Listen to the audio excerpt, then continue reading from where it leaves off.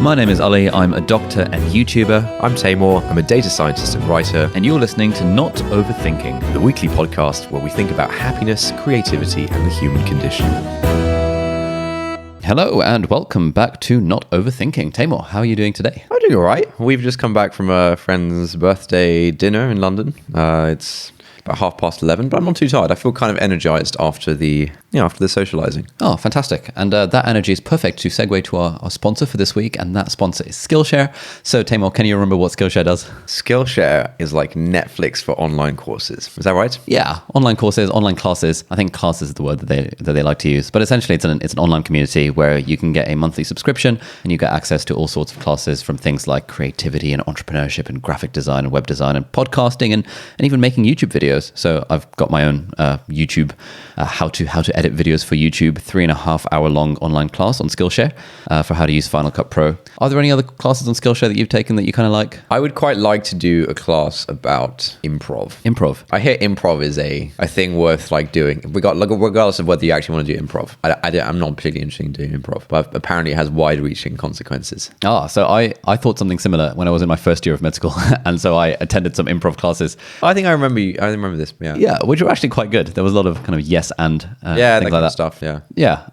There's a class that I'm taking, like actually taking at the moment by a guy called Simon Van Buie, and he's like this published author who's published like 8 different books, and he's like talking about how to kind of create a writing habit that sticks and stuff like that. Oh, okay, yeah. And like a big part of making decent YouTube videos is having a good sort of like writing routine and kind of doing it every day and having a system for it. So that's kind of what this guy's talking about. And another class that I always like to recommend is my new friend Thomas Frank's productivity masterclass, because I absolutely love productivity and all of that stuff. So yeah, thank you Skillshare for sponsoring this episode of the podcast. And if you guys listening want, you can sign up to a free trial of Skillshare by going to skillshare.com/notoverthinking, and that'll give you a 2-month free trial in which you can sample any of the classes that you like, and you can even check out my own class on how to edit videos if you want to become a YouTuber. Anyway, what are we talking about this week, Taimur? So this week, this is something that you're very keen on talking about. So just a bit of context for the listeners. I don't know about you, but basically, Ali, every time we sit down, it's like, oh man, we should do a podcast. I feel a little bit anxious because we don't have topics prepared beforehand, and it's always like, oh no, what if we can't come up with a good topic? And so what we're doing this week, this was Ali's idea, is we're experimenting with a new kind of format where if there is a week where there isn't something that either of us has been sort of thinking deeply about during that week or whatever, then what we can do is sort of, I read a lot of Twitter, Ali reads a lot of Twitter now. Instead of us trying to come up with the insights all by ourselves, we can find people who have tweeted very insightful things and discuss those. And so this week, what we're doing is we are analyzing a tweet storm, so a series of tweets by a guy called Naval Ravikant. So what's Naval's deal, Taimur? You're more familiar with his bio than I am, I think. Right. Let me just get it up so I don't... The bio. Nice. Sorry, it had to be done. Very good. Might have to tick the explicit content in the podcast player.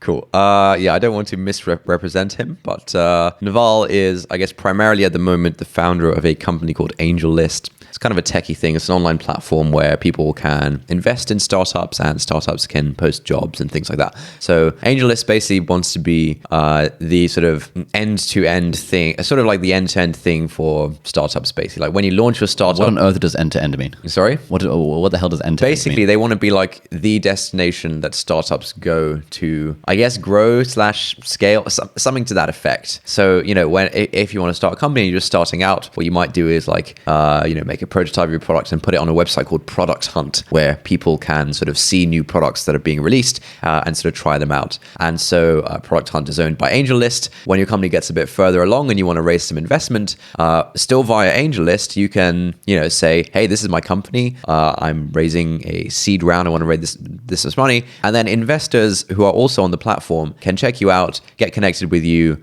talk to you, and all via the platform, they can invest in your company and so on. So they kind of want to be this sort of one-stop shop for various startup needs. And so Naval is the founder of AngelList. He is also a very active angel investor. So he puts his own money in startups. So he's a rich guy who invests in startups. He's a rich guy who invests in startups. I think his story is particularly interesting because he really is, to whatever extent anyone can be self-made, he's relatively self-made. So I think, again, I don't want to misrepresent him. I also don't want to read his whole life story on Wikipedia before saying this. I'm just going to say it. I think basically he and his family moved from India to, I think, New York. And I think like he was sort of raised by a single mom, and he and his brother just spent like a lot of time in the library because that was sort of the only place that was open and or safe for them for a lot of the day. And so like he's just a massive reader, has read a ton of stuff, and fast forward many years, started AngelList. AngelList is going very well. I think he's very wealthy off of the back of that.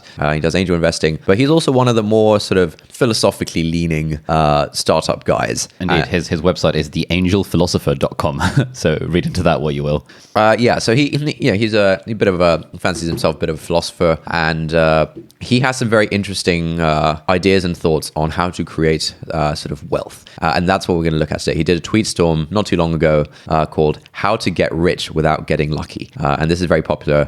This was, I think, this tweet storm and a few other tweet storms ended up just getting a lot of traction, and some guy actually turned them into a podcast of like Naval Ravikant sound bites, where he's basically like reading his tweet storms and maybe elaborating on them a little bit. Oh, that's kind of cool. That is kind of cool, yeah. Anyway, there's some backstory. I guess we're gonna go through this tweet storm and just talk about it, I suppose. But I'm just gonna say, like, I like to dunk on tech bros on Twitter a lot, and lots of people do. It's just kind of funny, sort of taking the piss out of tech bros. But discussing a Naval tweet storm on your own podcast is gotta be like the most tech bro thing that's possible. The only thing that can make this more tech bro is if we were both smoking Juul pods. Well, what on earth is a Juul pod? Oh, it's one of these like startup-y vape things. Yeah, whatever. Oh, is it? Oh, yeah. Was that your major misgiving about this podcast? What? Oh, the tech bro thing. Yeah. Kind of. It's just a bit tech bro. Yeah. Okay, no, fair enough. I can see where you're coming from in saying that this is very tech bro. I think that a lot of our listeners are probably not tech bros, and therefore, yes, fine. Yeah, I know. While this guy is a household name amongst the tech bros, yes. I would venture that the majority of our listeners don't know who he is, and yes. Therefore, I think this is some kind of value add. Yes, but we all know this, so that's fine. Anyway, the tweet storm is entitled "How to Get Rich Without Getting Lucky," and his first point is: seek wealth, not money or status. Wealth is having assets that earn while you sleep. Money is how we transfer time and wealth. Status is your place in the social hierarchy. That's very fortune cookie. Seek wealth, not money or status. Wealth is having assets that earn while you sleep. So, I mean, that's pretty standard advice, right? Like the whole passive income thing, trying to build, assets like real estate or assets like, selling digital products, selling online courses, like the sorts of stuff that essentially let you make money while you sleep. Whereas money is how we transfer time and wealth. What does that mean? So I suppose he's saying that money is simply an exchange of value and status is our place in the social hierarchy. So I guess that the whole point of this first tweet is that we should be trying to build up these assets that earn money while we sleep rather than, quote, trying to get rich. Yeah. I think the status thing is like, don't see status is like a bit like whatever. It's like, everyone kind of broadly gets that. I think the interesting thing in this first tweet is the distinction between wealth and money. And I think this is, I don't know. I think this was something that was quite interesting when I first sort of started learning about the concept. And I think like the issue is that sort of, I think the default financial literacy that people have is that like, to get rich, you have a good job that pays you lots of money.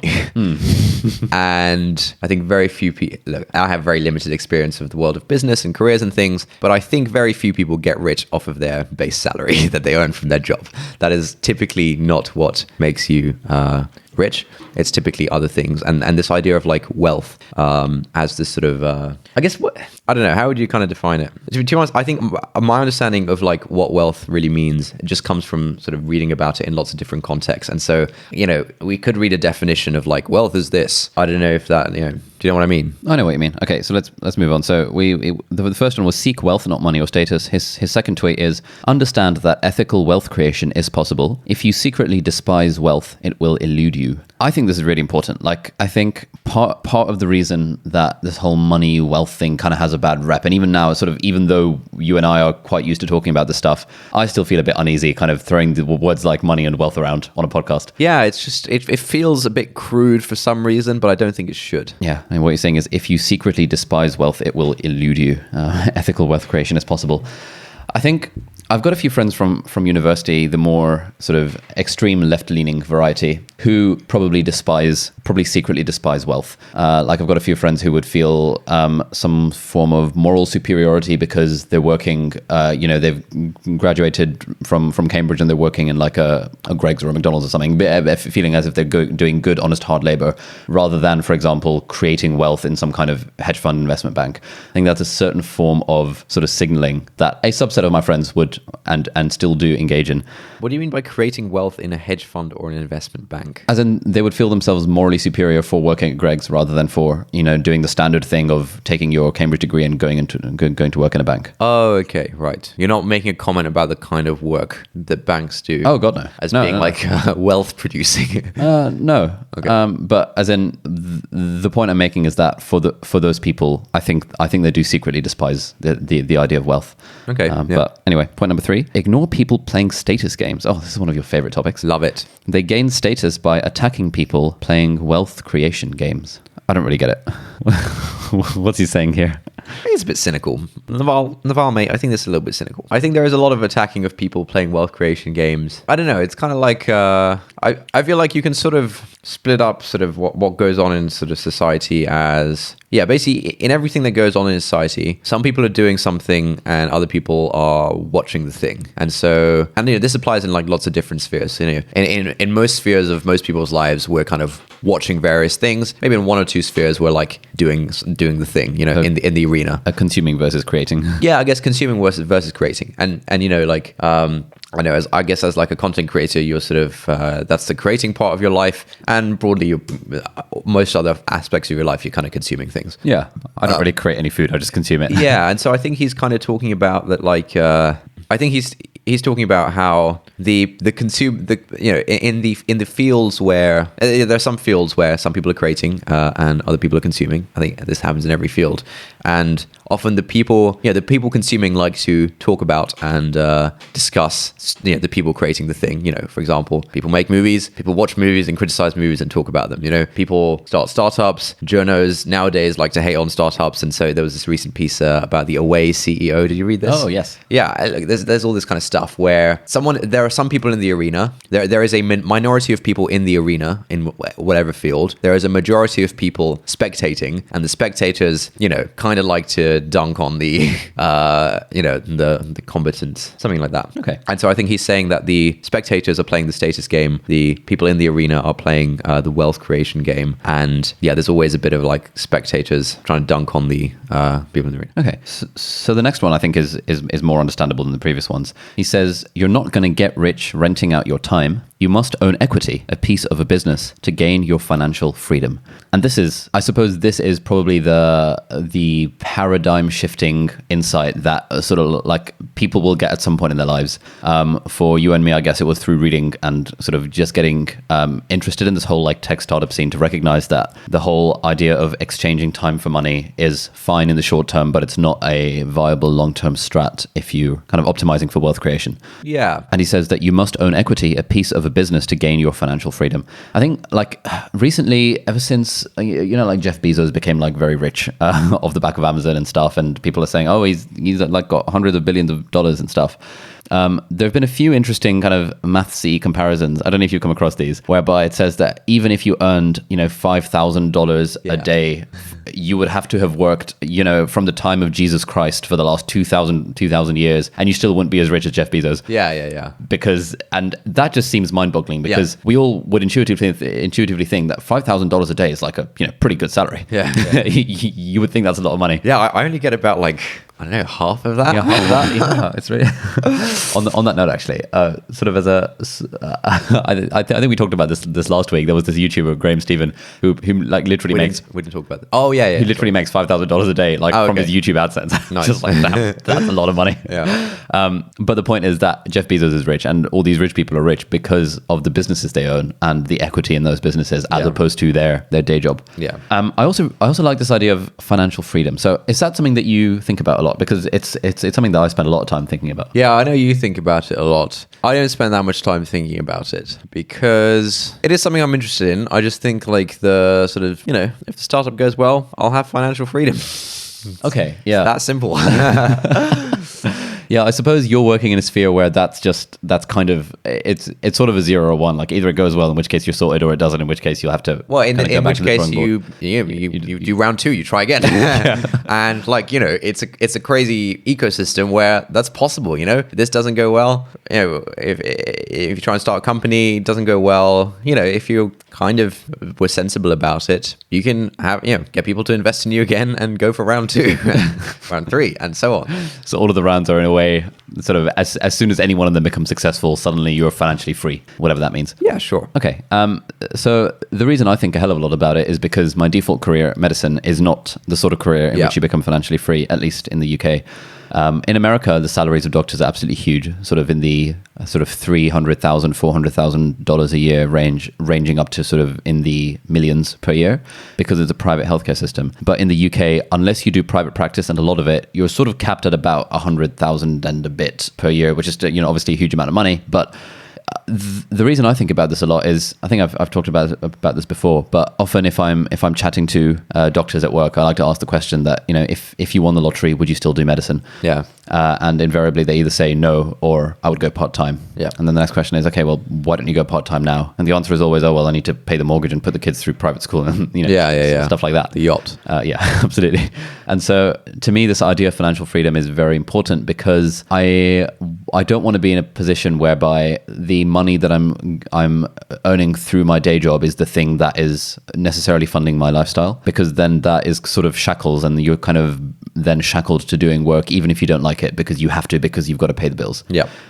So that's why I think about this a lot, and think that anyone who's interested in, at least for me, okay, I don't want to say anyone, but at least for me, this goal of financial freedom is super important, because ultimately I'm optimizing for happiness and meaning, and I feel like I'd live a happier life if I wasn't shackled to a job that I didn't necessarily enjoy. Yeah, absolutely. I think it's really important to me as well. I think I'm fortunate in that it's still aligned with my day job, I suppose. But if it weren't, I would definitely be striving towards it through other means. Cool. So next tweet: you will get rich by giving society what it wants, but does not yet know how to get at scale. All right, man. This sounds really abstract. I don't know.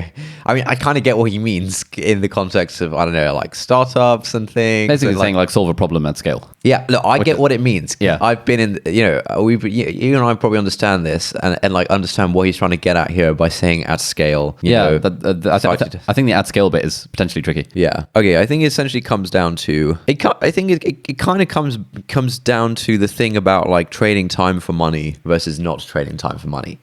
Trading time for money is not scalable because you have a finite amount of time. If you only made money by like doing work. No, if you only made money by spending your time, and that sort of directly leads to you having money, there is a very obvious cap to how much money you can make. If you can somehow do something where you do it once and you can repeatedly make money from that thing that you've already done, for example, you make a YouTube video and people keep watching that YouTube video, or you build some software and you repeatedly sell that same software, it kind of lets you scale up your sort of wealth, your money, not linearly with time. So it's not like, to make twice as much money, I have to spend twice as much time. It's like to make 10 times as much money, I have to spend, an extra 10 minutes to make a Google ad or something. Yeah, precisely. And so it's about like, the way to, I think he's saying the way to get rich is by having a repeatable formula that does not take time for you to execute. Okay, I think that's a pretty good definition. I couldn't have come up with anything better than that. So his next one is pick an industry where you can play long-term games with long-term people. Again, kind of abstract. This is another abstract thing, which I get it, because I've been drinking the Naval Kool-Aid for a long time. Like lots of people in my online circles talk about long-term games and long-term people. So I think I've been drinking the Naval Kool-Aid for less time, but I think it was about a year ago, and I mentioned this on like my email newsletter that week, because I was like, oh yes, this is great. There was some kind of tweet from someone else. I think it was actually from MKBHD, the tech YouTuber. Or he might have retweeted it, whatever. It said something along the lines of, in order to be successful, just pick anything and do it for 10 years. Yes. Yeah. And I was like, oh my god, that was genuinely revolutionary for me, because at the time I was having having this like crisis of purpose about this YouTube channel and thinking, oh, you know, when am I going to know if it's going well? How do I think about growth? All this kind of stuff. And then I saw that tweet, you know, just pick something and work on it for 10 years. Yeah. I was like, oh, damn, I'm only a year into my YouTube channel. Yeah. I've got another 9 years to go at least. Yeah. This is fine. Yeah. And I think that sort of pattern is repeated in almost every industry. If you can do anything for long enough, then it's you know, the chances of it being successful, however you define that, are going to be pretty high. Yeah. And to be honest, I think this long-termism is something I really lacked when I was younger. I think it was the same for you, right? Like when we were in school and stuff, we were both all about trying to make a quick buck. Yeah, it was all about that making money online. Just want to like make a quick buck online. For some reason, I don't know what the reason was. I guess it was just the idea of it was cool. It's not like I needed a tenner or anything, but the idea of making a tenner online, like, if I'd not leave the house, that was pretty interesting for some reason. And I think if I'd started investing in more, you know, long-term ways of, you know, creating wealth and creating money, like for example, learning how to code 5 years sooner rather than doing psychic reading. You know, whatever. I think the long-termism is really important, and I think I used to be extremely. I think I am still more short-term thinking than I'd like to be. So it sounds like you're saying that in school, had Skillshare.com/not overthinking existed, you could have invested in a monthly subscription for less than $9 a month, and you could have taught yourself all sorts of skills, and that would have probably led to far greater value for you in the long term, rather than spending that money on, I don't know, a meal out with friends or something where you can easily just chill at your own house. Yeah, I guess. Yeah. This particular tweet, pick an industry where you can play long-term games with long-term people, also reminds me of a recent James Clear tweet that I retweeted, which was... You did. Of course I did. I love James Clear. Which was along the lines of it was also about long-termism. It was saying that do things today that will benefit you in 10 years' time. Yeah. And it was saying that every day do at least one thing that'll benefit you in 10 years' time. You know, start going to the gym and lifting weights today because it'll benefit you in 10 years. Eat healthily today because it'll benefit you in 10 years. Yeah. And when you have that sort of long-term outlook, you know, you're probably going to do pretty well in life. Yeah. Doing these. Yeah. The other thing around long-termism, which I think I've mentioned this on the podcast before, but I feel like it feels profound to me, is that when you... Okay, there's a good tweet that I think there was a good Instapaper highlight that sums it up.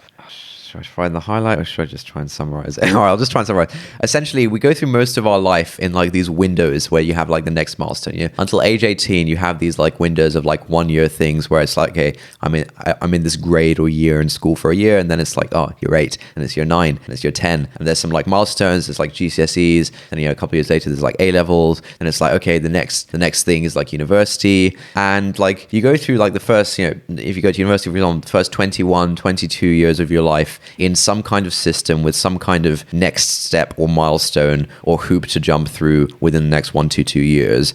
And just the fact that you've lived the first 21, 22 years of life in that kind of framework where there is always some next thing to achieve, to try and achieve or strive for, but that next thing is always 1 to 2 years away. It kind of means that that's the sort of 2 year chunk is the default sort of time horizon by which you kind of evaluate things. So it's like, okay, I've just started this job, I'll work there for a couple of years and then I'll think about my next move kind of thing. And everything is always in like these sort of 2 year gaps. And I think if you try and break out of that mindset or that framework of like 2 year chunks, and you kind of think you're like, I'm probably going to be alive for like 80 years, statistically speaking. I don't know what the actual thing is nowadays, but let's just say 80 years. Then you can come up with some conclusions that there is no way you'd arrive at these if you were thinking in terms of like the 2 year mindset. Conclusions like, for example, I'm going to live my life. I'm going to live for the next 80 years. If I value things like personal growth and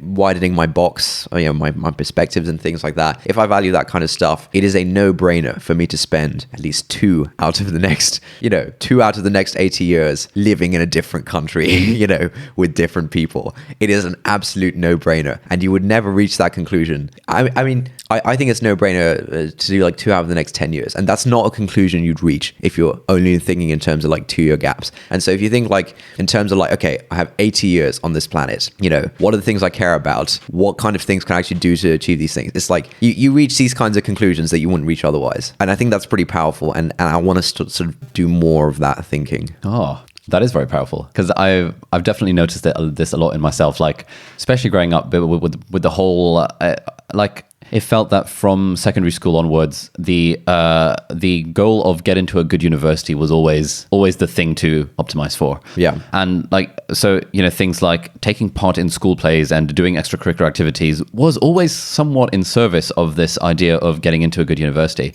Yeah. Things like GCSEs and A-levels were obviously in service of getting into a good university. And I think, like, even now when I get messages from people being like, hey, I'm, you know, it's my summer of year 11, you know, when I'm 16, and I'm thinking of getting into med school. What sort of things should I be doing to increase my chances of getting in? Yeah. The way I advise people is usually by saying that, okay, well, I mean, you can do the basics. It takes about a week to get work experience, but then you've got the rest of the 3 months in the summer, and spend that time working on skills and hobbies that will benefit you in the long run. Yeah. And I think it's very easy advice for me to just kind of dish out. But I think when I was 16 and trying to optimize for getting into medical school, would I have, for example, I don't know, learned to code or learned to do illustration or learned to do public speaking better, knowing it would benefit me in 10 years' time?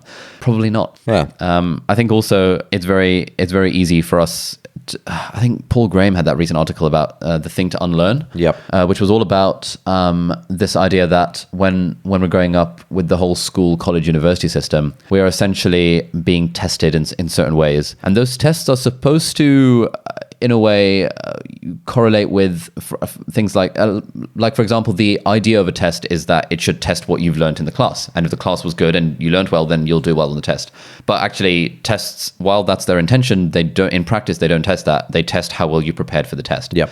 And so you get this odd thing whereby people are learning things but asking the question of, is this going to be on the test? Yep. Because if not, then they're not going to bother learning Yeah. it, which completely defeats the purpose of the whole education thing. Yeah. And he was making the point that so he's, you know, for people who don't know, he's one of the partners at Y Combinator, which is he's retired now. He's retired now. He's one of the ex-partners of Y Combinator, which is that firm that you applied for funding for and didn't get. Yeah. That's a story that we've talked about at a different time. Essentially, he's a very rich man who gives advice about startups and things. And he was saying that a mistake he sees with loads of startups is that they're thinking in these short-term, hackable test mindsets, and that they're asking him, oh, what's the secret to getting an investor to invest in your company? You know, what template should you be using for your PowerPoint? What day should you be approaching them on? How do you write the perfect email? Yeah. Whereas in reality, the way to get investors interested in your product is to make a really good product. Yeah. But we don't think about that first. We think about the hackable side of it because we're just so used to preparing for these short-term tests that just test how well we've prepared for them. Yeah, like if you kind of spend the first 22 years of your life where it's always like, okay, what's the test and how can I beat the test? And so once you're out of that system, you're kind of looking around for, okay, what's the test? I see a test. I see some people with power. Yeah. Whose validation, like, it seems like I should try and get. That's the test. How do I game the test kind of thing? And actually, even after graduating from university, there are still very easy milestones to think about in this sort of 2-year time horizon. So things like, okay, I've graduated now. I should probably, you know, that 2-year law training contract until, okay, and now I'm starting off as a trainee, and now I'm a solicitor. Okay, and then 2 years after that, be like, okay, I should probably think about getting a house and trying getting on the property ladder. And then I suppose 2 years after that is, I should probably think about getting married you know, that whole path of getting a house, getting a car, getting married, getting a promotion, having a kid, having the first kid, having the second kid. Yeah. It all fits very nicely into these like 2-year time horizon windows. Yeah. Which I suspect, you know, given the abundance of life advice out there that says that, you know, life is what happens when you're too busy doing other things. Yeah. And all this sort of stuff. I think a big part of that comes from this lack of long-termism that we feel, you know, just by default that we go into. Right, next one. So he says, the internet has massively broadened the possible space of careers. Most people haven't figured this out yet. Oh, that's so true. Yep. I think we have talked about this at least in private, if not on this podcast, about how growing up, like the only real career that we were exposed to was being a doctor. Yeah. And just the fact that the internet exists means, I think, like, Tim Urban, the guy behind the Wait But Why blog, had a really good piece about this in one of his latest blog posts, where it's actually a really good blog post that we'll link in the show notes. It's about how to find a meaningful career, and I was reading this while we were in Japan because this was something I was thinking about, and I'd never really read it in its entirety because it's like 30,000 words long or something ridiculous. But he says things like, you know, if you'd asked me 10 years ago that what my job or what sort of job I wanted to do, I would not have even thought that, you know, being able to, I wouldn't have have even thought that I could say, oh, I just kind of sit in my bedroom writing 10,000 word articles and publish them a few times a year, and that makes me money. That just doesn't seem. It's just not a job that you would think exists. It's not in the university careers fair. No, definitely not. And yeah, when did you first realize that your job didn't have to be a defined job? Because I suppose it was different for me because I always knew I was going to be a doctor, so that's very defined. My job is a fairly well-defined job. I'm not doing something like Tim Urban where I'm playing a pretty well-defined game, to be honest. But I think after watching The Social Network, before that I was like, there's starting stuff and making stuff is really cool. After watching The Social Network, it's like, whoa, I could actually do this. Like, this is a thing people do. This is like a viable thing. I was like, that's what I want to do. So I don't know. I mean, I don't think I'm not like Tim Urban. Fair. Anyway, next one. Play iterated games. All the returns in life, whether in wealth, relationships, or knowledge, come from compound interest. Okay, so again, like, we both know what this means because we've drunk the Kool-Aid. But yeah, what does iterated games mean for the less Kool-Aid drinky people? It sort of comes back to, I think it's referring to feedback loops, which again, if you've drunk the Kool-Aid, you know exactly what I mean. If you haven't drunk the Kool-Aid, it's like, okay, so for example, if you... Even the phrase drinking the Kool-Aid is a very Kool-Aid drinky phrase.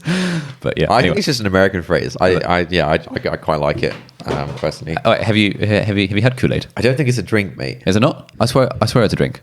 I don't think it's a drink. Are you sure? Let's Google it. Is Kool-Aid a drink? Dude. Kool-Aid.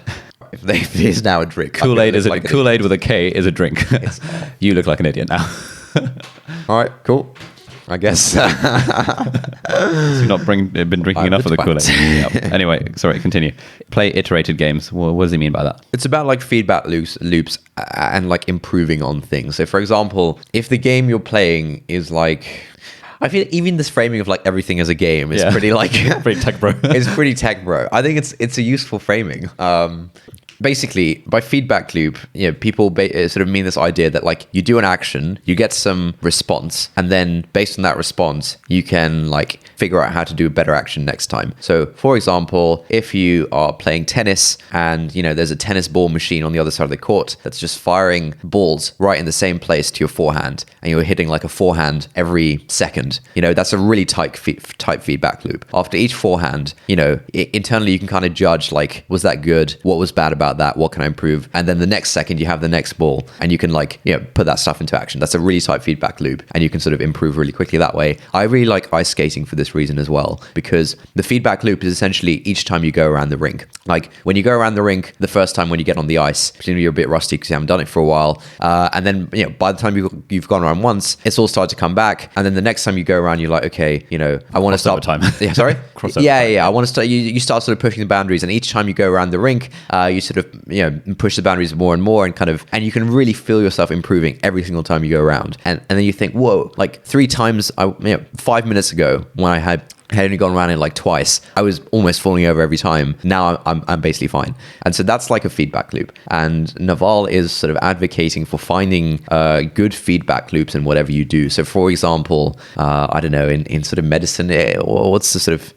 I guess so. His next point is all the returns in life, whether in wealth, relationships, or knowledge, come from compound interest. And the idea of compound interest, this idea that, if you were to improve by 1% every day, after a year, you'd end up being 33 times better or something ridiculous than you were at the start.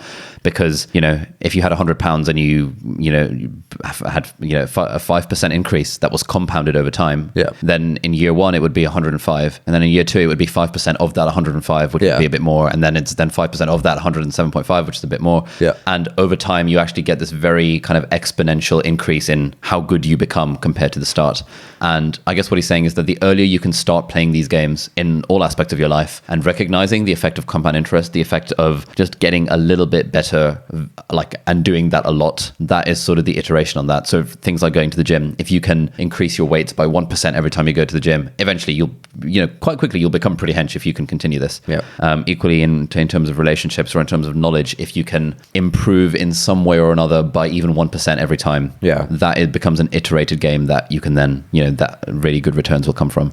I think Tim Ferriss is very big on feedback loops, and I think one of Tim Ferriss's like favorite people who he interviews a lot and stuff is a guy called Josh Wadeskin, who's like this like, I don't know, pro chess player, pro like jiu-jitsu guy, like just pro at so many different things. And his entire secret to getting so good at so many things is like figuring out how to build the feedback loop. And so, for example, I think in like surfing, for example, the feedback loop is maybe the one time I did surfing. Do you remember in Cornwall? Oh, yeah. When we were like, I don't know, 8 or something. I think the feedback loop is maybe like 10 minutes or something. Like you paddle out with the surfboard, you wait there for a wave, you know, you try and ride the wave, and then like you get washed up ashore, and then you sort of drag your board all the way back. Drag it back out. You do the same thing, and so you're kind of limited by sort of basically this sort of going in with the wave and then going back out. That's sort of the feedback loop, and any improvements you make have to be, you know, every 15 minutes, every 10 minutes or something. And Josh Waitzkin has found this like device that basically lets you, it basically lets you be surfing continuously. Like you're not reliant on the wave coming in and out. This sort of device almost like, it's called, the name, it's called like a foil, a hydrofoil or something. It's basically this device where you can sort of surf without waves. And that means the feedback loop is not now like 10 minutes or however long it takes for the wave to sort of drag you in, then you should go back out. The feedback loop is now like every 2 seconds when you are riding this non-existent wave on the water. And ironically, I don't know if I'm using ironically correctly, doing this hydrofoiling thing, because it has such a tight feedback loop of riding the wave, that is a much better way to get better at surfing than actual surfing, because like you're specifically training the thing that matters. And so like thinking about, okay, what thing do I need to train, and how do I like get a good feedback loop around it? I think that's like a powerful idea. Oh, okay. I've actually not heard that particular analogy before, and that makes a lot of sense to a lot of the things that I've been trying to do. Like I noticed that when I was learning guitar, and following this defined justinguitar.com online course, that had like a really good feedback loops, because with a musical instrument, especially with something like a guitar where it's kind of reliant on the shape of your hand, like, you know, the bear and the old lady and the claw. Friends reference. I don't know if you remember when Phoebe's talking about the different chords and teaching Joey. No. She's like, you know, this is how you play a C chord, but like call it the bear, because it kind of looks like a bear claw. Okay, all right, yeah. Stuff like that. You immediately have that feedback loop. Like you play the chord and you can hear that it sounds wrong, or that it feels bad. Yeah. And that's why this online course like really takes you through the exercises that exploits the fact that this feedback loop is so short. Yeah. And then I haven't really materially like improved at the guitar in the last 2 years or so, because I just haven't actively practiced it. I just kind of pick up the guitar, sling it on my shoulders, play some Ed Sheeran or some John Denver, and there is no improvement in there at all. So, you know, I will make a more of a concerted effort to continue the Justin Guitar online course, because he knows what it's doing. Yeah, it's free. Okay, let's do a few more. So, pick business partners with high intelligence, energy, and above all, integrity. Yeah, pretty uncontroversial.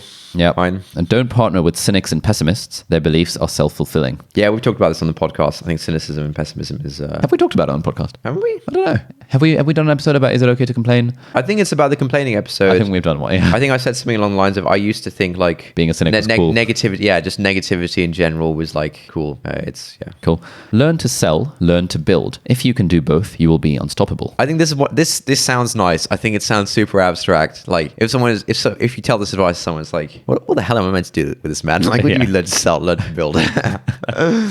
Yeah, let's move. I don't know. Let's move on. It's too abstract. It's like fine. Arm yourself with specific knowledge, accountability, and leverage. Specific knowledge is knowledge that you cannot be trained for. If society can train you, it can train someone else and replace you. Specific knowledge is found by pursuing your genuine curiosity and passion rather than whatever is hot right now. Building specific knowledge will feel like play to you, but will look like work to others. I think that last one is particularly resonates with me. Okay, how so? I don't know. I just think about like how I got into tech and stuff. It wasn't because I was trying to like build a career out of this thing. Just a cool thing that I was playing around with before I even knew this was like a viable career. But to be honest, it's like very limited advice, because like, I don't know, if the thing that feels like play to you happens to be very directly directly maps onto something you can do to make money, or, you know, something you can do as a career, good on you. If the thing that feels like play to you is, I don't know, gardening or something, it's harder to monetize. I don't know. You can work as a gardener. Fine. Okay. That's not that hard to monetize. So this is almost exactly what Paul Graham says in one of his other essays, which is the bus ticket collector theory of genius. Yeah. Have you come across this one? Yes. I'm sorry. come on, dude, I'm a tech bro.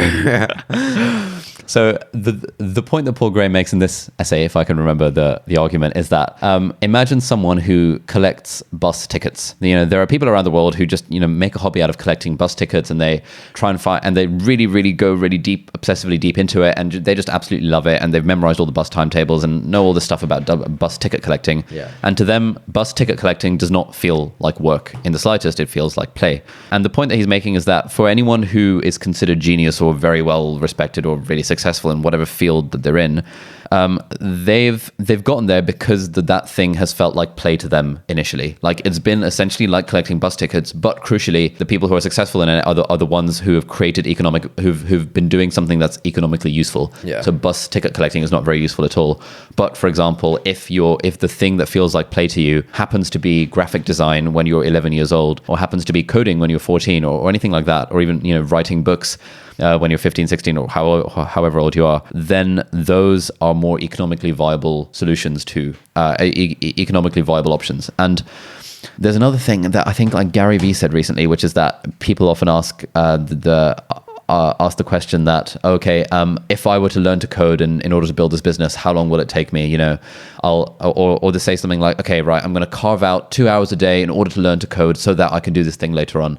And the point that he makes is that if you're having to think in that way, then you should probably think again about doing this thing, because for the people who succeed in it, they don't consider it something that, oh, I have to carve out the time to do. They do it because it's fun and it's what they enjoy. And if you're enjoying it and it feels like play, then you're naturally going to do far more of it and become far better at it than someone who treats it like work and treats it as something that, oh, I have to force myself to carve out 2 hours for this. Yeah. And Paul Graham goes on to say in this essay, he says that that's possibly why he's theorizing here that most of these breakthroughs are made by people before they have kids, because once you have kids, you have this hanging out with the kids thing that actually you actually don't really want to work on your bus ticket collecting. You want to hang out with the kids. Yeah. And so therefore, before you have kids is when you can really fully explore these interests. Yeah. And I think partly kind of extending that analogy, it's like how you and I developed so many skills while we were in school when we had an absolute ton of free time relative to what we do now. Yeah. I'm not acquiring skills anywhere near the speed that I used to do in school, because when you're in school, you can literally devote 10 hours a day to the pursuit of whatever you want. Yeah. Whereas once you're at university and you've got loads of work to do, or if you have a job, you are genuinely limited by time. Okay, so this one's interesting. So embrace accountability and take business risks under your own name. Society will reward you with responsibility, equity, and leverage. Why do you think this is interesting? I think this is interesting because I think that unless you've been drinking the Kool-Aid for years, the idea of sort of putting your own name out there in particular is particularly odd for a lot of people. And I think this goes back to, I think, episode 2, whenever it was, when we talked about, the fear of putting ourselves out there. And still to this day, I'm getting messages from via Instagram from people saying, hey, I want to start a blog, but I don't want it to be my own name. And my response was like, look, man, make it your own name. Don't call it, drmedtech.com. Don't call it, aspiring medicine to be, or things like that, which is like a surprisingly large number of blogs and Instagram accounts that do this sort of stuff. Just do it under your own name. It feels scary initially, but Naval then goes on to say the most accountable people have singular, public, and risky brands: Oprah, Trump, Kanye, Elon. I think this is just embracing being public, and being public under your own name rather than under a pseudonym or whatever. I think has a lot of value. At least it has for me. I don't know about you. I think I agree with what you're saying. I don't think his thing about under your own name is quite as explicit as your thing of like have your name on your blog. I think it's not quite that explicit, but it's sort of like, yeah, it's sort of like taking responsibility. You'll get rewarded when you are the person responsible and accountable for this thing, and it's kind of scary that like, oh man, if I'm like responsible or accountable for this, if it goes badly, then that's on me. But that is like the only, that's how the society will reward you for that. I think that he talks a lot about leverage, and I think leverage is another really good idea. Okay, so he's got this quote from our comedians: "Give me a lever long enough and a place to stand, and I will move the earth. Fortunes require leverage. Business leverage comes from capital, people, and products with no marginal cost of replication, like code and media." What do you mean by leverage, and why is that important? Yeah, I think it's just used in a ton of like different places, and like I intuitively understand what it means from having sort of seen it used in lots of different places. But essentially, I think the Archimedes thing is particularly good because you have physics, right? Like if you have a fulcrum and a lever. Yeah. So if you have like a guess people know what a lever is, right? Yeah, people know what a lever is. If you have a lever, then you can sort of lift something that's really, really heavy, even if you can't lift it with your own hands. So, if you have like a really long stick, then you can kind of, a really long stick and something to kind of like balance it against, like a seesaw almost. Like if you have like a really imbalanced seesaw and you're like on the long bit and something else is on the short bit, you can actually lift really heavy stuff. And that's kind of literally what leverage means. And it's kind of like finding ways, I guess, leverage is sort of any way that kind of lets you lift more than you physically can, just through other means. And so, for example, hiring, if you run a company, hiring people kind of gives you leverage because it means it means the company can do a lot more stuff without you directly. For example, you personally have 24 hours in a day. You hire 10 people. You now have 240 hours of work, hours of whatever under your control, sort of. Obviously, no one works 24 hours a day. You're not controlling your employees or whatever, but broadly, the ability to get other people to work for you is it sort of gives you leverage. I guess in finance, the ability to kind of trade on borrowed money gives you leverage because if you have a tenner, you can only buy one share of this stock. If you can borrow 100 quid from your mate, then now you can buy 100 shares of the stock. Yeah, I mean, that's why mortgages are such a powerful thing, because mortgages allow pretty much anyone who can afford it to leverage their money in a way that they can't with any other thing. Like with a mortgage, when you're buying a house, you can say, hey, look, I've got £20,000 and that's all I have, but the bank is going to lend me the other £400,000 to buy this house. Yep. And that is an insane amount of leverage. And so if the value of the house increases by, let's say 20%, you've still only borrowed 400,000 from the bank. Therefore, you can pay that back, and suddenly you've made double your money or triple your money based on the fact that you've leveraged up. Yeah. Essentially, you've put 20,000 in, but if property prices go up by 20%, you get 20% of 420,000, not 20% of just the 20,000 that you put in. And that's kind of this idea of leverage.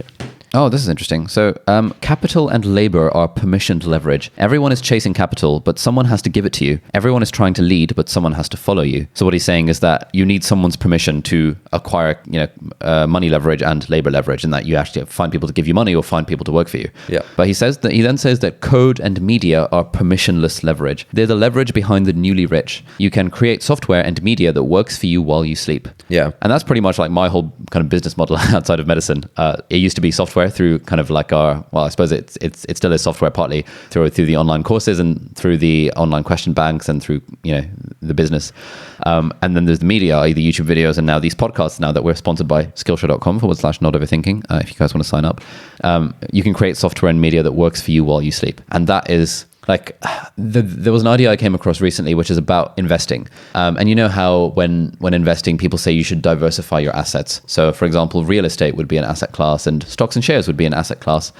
This article or whatever it was talked about things like digital products and online courses and things like that also being an asset class, and YouTube videos that you make are also an asset class because they're literally making you money while you're sleeping, which is what an investment is. Like, you've put that investment of time and money in initially to create it, and then for zero further cost, you're kind of reaping the rewards from it. Yeah. And I think, like, for me, a big part of this goal of achieving financial independence, financial freedom, is to create as many of these hopefully, independent, but things that where one thing helps the others in this portfolio. All of these different things are, in a way, code and media leverage that hopefully generates money while I sleep. Yeah. Which means that I'm not reliant on the full-time job that I've got in order to make me money. So I think kind of when I first came across that idea via Tim Ferriss's The 4-Hour Workweek, that was completely game-changing for me and really informed the way that I spent the next 10 years of my life. Yeah. Realizing the power of code and media. Oh, this one's interesting. I think we should approach the end of it now, but set and enforce an aspirational personal hourly rate. If fixing a problem will save less than your hourly rate, ignore it. If outsourcing a task will cost less than your hourly rate, outsource it. This is something that we talked about in the episode about treating your personal life like a business. Yep. And how many gains you get when you realize that actually, I value my time at £15 an hour. Therefore, if I can pay someone to do something that I'd rather not do for £10 an hour, that would be a good exchange. Yep. And I don't know if she's still awake, but I think this is something that our mum does struggle with quite a fair bit. Just like recognizing the money value of time. time. Yeah, I back that. I think this one, one of the further ones is nice. Become the best in the world at what you do and keep redefining what you do until this is true. And yeah, I think this is another really powerful idea. And I think if there is any generally applicable career advice that basically applies to generally applicable, it is that, try and be the only person that does what you do. Don't try and be the best in some highly competitive game. And I think Tyler Cowen has a good bit on this. Tyler Cowen is an economist, has a very popular blog called Marginal Revolution. He's also written a bunch of books. He has a podcast called Conversations with Tyler. He's very forefront of thought leader when it comes to economics and just general intellectualism, if you will. Okay. And he's an economics professor at George Mason University, which it's not I think, all right, I might be talking out of my ass here. I think as a result of Tyler Cowen, Tyler Cowen has significantly increased the reputation of the George Mason University economics department. But obviously George Mason University does not have the same brand value as Harvard or Stanford or whatever. And he's and Tyler says that essentially stop trying to go after the Harvard or this. I don't know. I feel like I'm probably misrepresenting him. So Tyler doesn't say this. This is what I've taken away from what Tyler said, which is essentially stop trying to find the Harvard or the Stanford and stop trying to get into those, which is this thing that's very highly competitive and oversubscribed. But find the thing that there is only one place that does this thing and go and do that thing. Stop trying to be. Do you know what I mean? I know what you mean. This is very, very similar to advice that I was giving someone who came to visit me last week. He's a medical student. Let's call him John. And John's whole thing was that he came around to my house after getting in touch with me, and he just wanted loads of advice about how to do really well in his third year exams. And I gave him all the advice that I could, with the various caveats that this kind of worked for me. Maybe take the useful bits and leave the rest and stuff. Yeah. And then after we'd kind of discussed this at length, I kind of asked him that, right, so what's the point of all this? Why do you want to get a really high mark in your exams at the end of the year? And he was like, oh, I don't know. I didn't do that well in my first and second year. And I just thought, in my third year, this would be the time to do really well. And I was like, okay, why? And he was like, oh, I don't know, just personal pride, I guess. I was like, okay, are you happy with the way that you lived life in first and second year? And he was like, no, not really, actually. I think I probably worked too hard and I still didn't get really good results. And I was like, do you really think that getting good exam results at the end of third year is going to lead to happiness and fulfillment? And he was like, no, but I want to ultimately become a plastic surgeon, and I know that in 8 years' time I'm going to be applying to this really competitive job as a plastic surgeon. And so if I can do really well in my exams in 2019, then in 2028 when I'm applying for this job, I'll have a few extra points compared to the other people applying for it. And I was like, right. Okay, John. And I kind of explained my sort of view on this topic, which has obviously been informed by all of the Kool-Aid that I've drunk over the years. And I asked John what other stuff he does kind of on the side. And I know you don't like that sort of question, but John kind of mentioned that he's really involved in his church, and he really enjoys drawing and art. And he's got this whole art journal where he draws stuff. And I was like, great, let's talk about that. And I asked him if he'd ever considered making it public, and he was like, oh no, I haven't really considered that. It's just for me. And what I suggested to John is that, look, man, it's sort of like in that book by I'm blanking on the name, but the book The Third Door, which is, I'm not sure if we talked about it on the podcast. I don't think so. I don't think we have, but there's a really good book called The Third Door. Oh, Alex Banayan. That's what and it's written by this 19-year-old guy or 22 or something, in that ballpark. And he realizes at the age of 19 that he doesn't know what to do with his life. And therefore he goes on a mission to interview the world's most famously successful people like Bill Gates, Warren Buffett and stuff, and ask them for careers advice that they would give to people who are 19 years old. And this quest takes him all around the world to find these people, and he turns it into a really good book.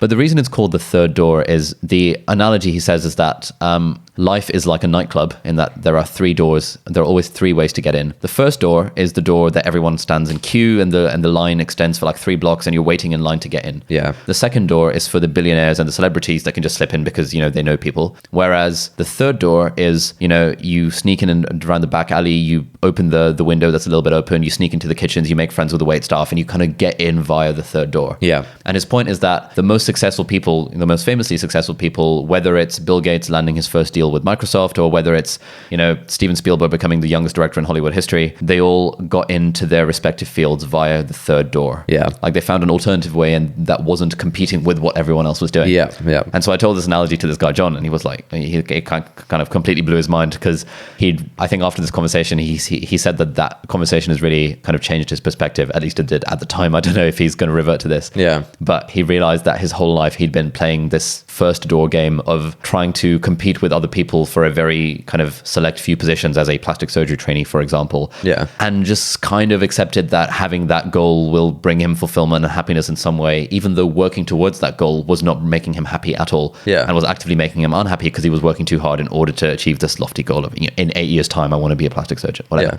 Yeah. So what I suggested to him is that, why not just become the best in the world at, for example, plastic surgery illustrations with really good paintings and post them on a website. There's not many people doing that sort of thing. I know maybe 2 surgeons who do like plastic surgery illustrations, and they are world famous amongst plastic surgeons, and their illustrations go on the front cover of all the plastic surgery journals, and they get, flown around the world doing talks about how hand surgery is changing, stuff like that. And there's only like 2 of them doing it. So it's very feasible to literally become the best in the world at plastic surgery illustrations, which is a field where there's not many people. But that, even if you are optimizing for, applying for a plastic surgery job when you're in 2028, just the fact that you're a world famous plastic surgery illustrator is going to do so much more for you than the fact that you maybe got a first class rather than a 2-1 in your third year 10 years ago, and maybe that'll give you 1 extra point over the competition. So I think this sort of attitude of try and be the best in the world at what you're doing and define it so narrowly that there are so few people competing in that category. I think that's just completely game changing. I really like the third door thing. Actually, if you'll allow me to indulge myself for a moment here, I think I have a good third door story from when I was 17. You'll recall back when Nokia still used to make phones, they had a competition on their they just released the Nokia Lumia 920, an amazing smartphone running it was Windows Phone. I was trying to think, was it called Windows Mobile? No, Windows Mobile was like, that was the stupid PDA 2005. Anyway, Nokia released this really cool new phone. I really wanted it, and their Facebook page was running a competition where they were going to give away. I think they were going to give away. It's either 1 or 5 of these phones. I think it was 5. They're going to go 5 phones, and to enter the competition, you had to tell them why you should win one of these phones. Okay, and now in this case, door number 1. The first door is tell them why you want the phone. Hey Nokia, I really like the Lumia 920. I really like the screen. Whatever. That's the first door. The second door is, I don't know, maybe the person organizing the competition, and they can hustle you the phone. Right now, this is still one of my sort of proudest moments, and the things that I don't think I've pulled anything like this off ever in my life since. Right? My thought process was, look, there is no way I'm going to stand in the queue to enter this nightclub.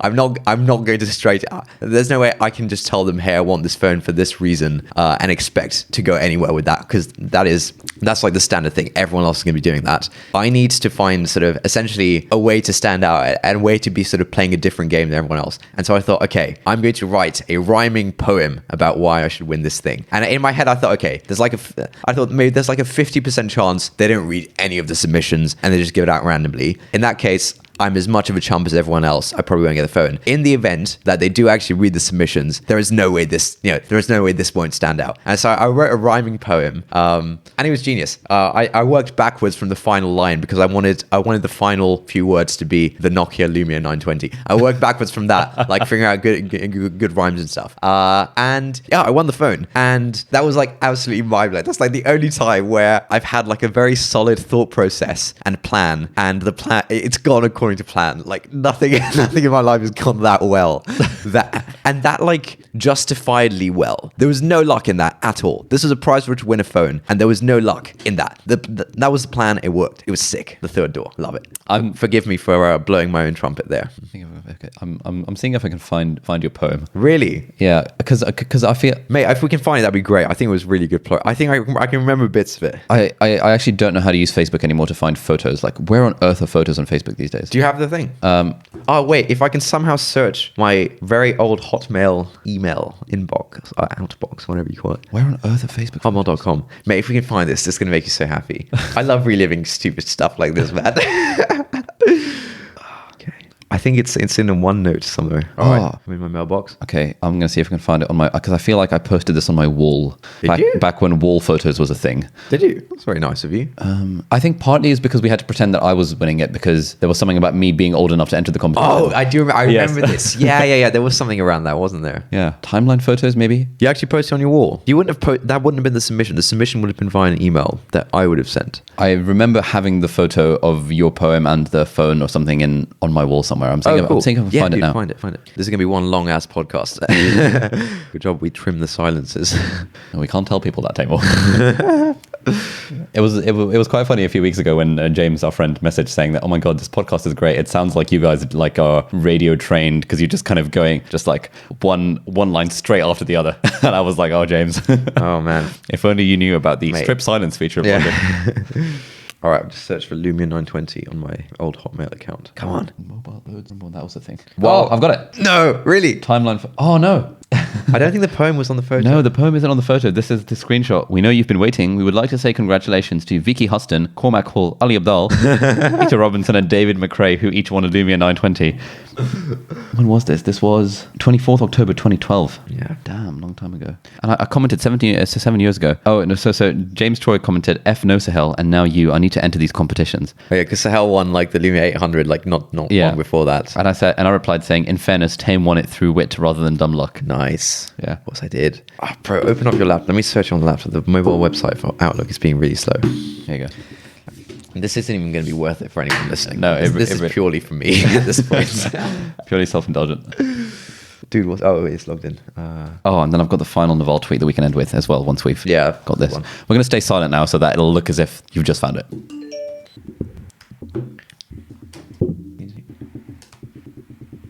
Dude, this has been a massive flop. I don't think it's traceable. It wasn't. There wasn't an email submission for the competition. I think you had to like do it some random form on their website. So I don't have an email record of my poem. I submitted on this thing. When they replied saying you won the thing, they didn't have any mention of like the poem or anything. Oh, I mean, I'm gutted. that's absolutely tragic. That is absolutely devastating. And you sure that you didn't email it to anyone? Because back in the day, maybe what in 2012 was emailing stuff to people a thing? That was a thing. I feel like Facebook Messenger was the way most people But communicated. Facebook did back this then. thing where they're like, I know you can't find Facebook messages from 2012. They just don't exist. Right. Anyway, I'm so gutted. that's really sad. I'm very sorry to hear that.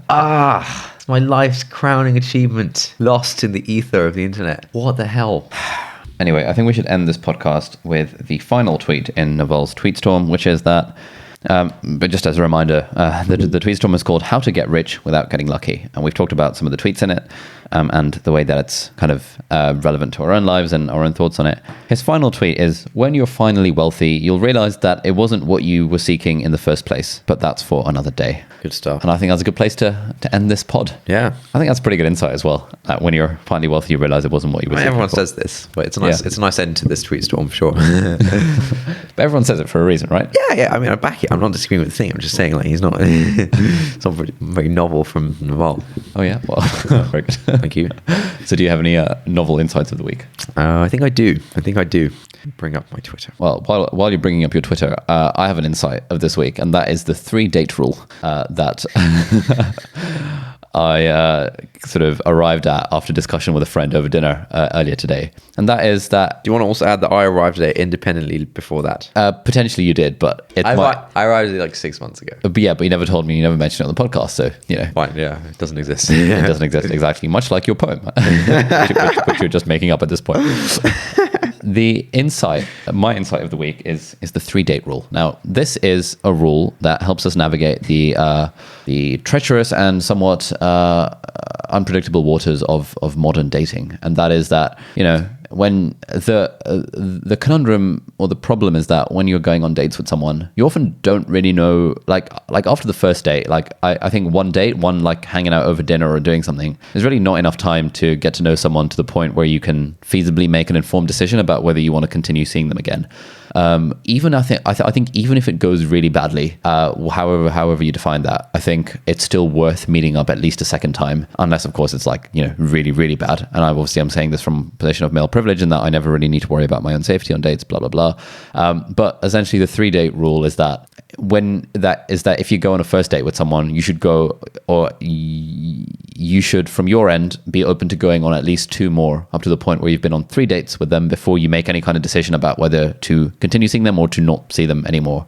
And I think that's like a good framework, because I've been on several first dates recently and a couple of second dates, but actually I haven't been on a 3rd date in a very long time. And now that I've got this sort of rule in my mind, as I'm going to actively reach out to these people who are currently on date number 2 and think about whether we can go on date number 3 if they're still interested, and kind of make a decision from there. Because I think it's useful to have these sorts of rules just to help navigate these waters a little bit better. Yeah, I back it, man. Like I said, I would like to stake my claim to this theory about 6 months ago. Well, in medicine they say that if you don't document it, it never happens. No, but I think this is it's a good application of the low social optionality theory. So it's sort of applied to dating. I mean, we talked about this in was episode 3, episode 4, whenever the low social optionality episode was, which is that if you have this mindset of like complete abundance of choice, like I can I'm constantly evaluating the situation and I can decide to back out anytime I want.